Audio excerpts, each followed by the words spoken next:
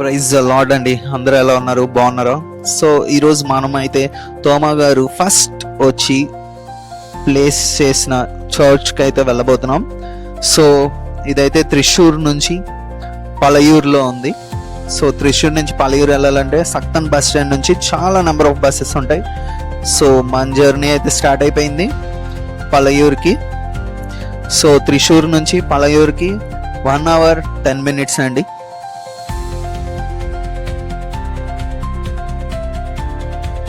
And finally మనమైతే Saint Thomas build చేసిన first చర్చ్కి, తోమా గారు బిల్డ్ చేసిన ఫస్ట్ చర్చ్కి మనమైతే వచ్చేసాం.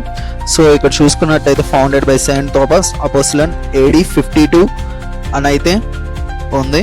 సో ఇప్పుడైతే మనం లోపలికి వెళ్ళిపోదాం. సో ఇదైతే ఎంట్రన్స్. మనం లోపలికి రాగానే సో ఏదైనా డౌట్స్ ఉంటే ఎంక్వైరీ కౌంటర్ ఉంటుంది, మనం ఎంక్వైరీ కౌంటర్లో అడగచ్చు. సో ఇక్కడ నుంచి మొత్తం విజిట్ చేద్దాం రండి. ఇదైతే Saint Thomas faith doors. So church లోపలికి ఎంట్రన్స్ అన్నమాట. సో మనం చర్చ్ లోపలికి వెళ్ళాక లెఫ్ట్ సైడ్ మనం చూసుకున్నట్టయితే ఇంకా చర్చ్ ఉంటుంది, ఇంకా లోపలికి వెళ్ళచ్చు.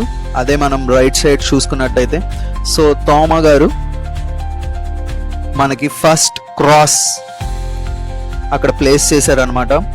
అక్కడ రాసి ఉంటుంది apostle Thomas founded A cross here in AD 52 అని.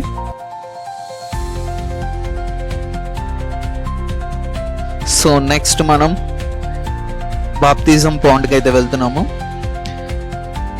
అక్కడ నుంచి రైట్ సైడ్ కొంటే బాప్తిజం పాండ్ ఉంటుంది. ఇదండి తోమా గారు బాప్తిజం ఇచ్చిన ప్లేస్. ఆ టైంలో జనాలకి బాప్తిజం ఇచ్చిన ప్లేస్. చూడండి ఇక్కడ స్క్రిప్చర్స్ అయితే ఉంటాయి, జస్ట్ మన కోసం పెట్టారు. ఇప్పుడు మనం చూస్తున్నట్టయితే తోమా గారు చనిపోయిన డెమాన్స్ట్రేషన్ అయితే ఈ చర్చ్లో పెట్టడం జరిగింది. తోమా గారు చనిపోయింది యాక్చువల్గా చెన్నైకి నియర్గా ఉన్న ప్లేస్లో 72 ADలో చనిపోయారు. సో ఆయన సమాధి, ఆయన ఎలా చంపబడ్డాడు. సో ఇక్కడ ఒక బుక్ అయితే డెమాన్స్ట్రేషన్గా పెట్టారండి, ఆ కాలంలో రాసిన బుక్ ఇదైతే. ఇప్పుడు మనం నెక్స్ట్ అయితే తోమా గారు పడవలో వచ్చిన ప్రాంతానికి అయితే మనం వెళ్దాము. సో ఇదే ఆ ప్లేస్.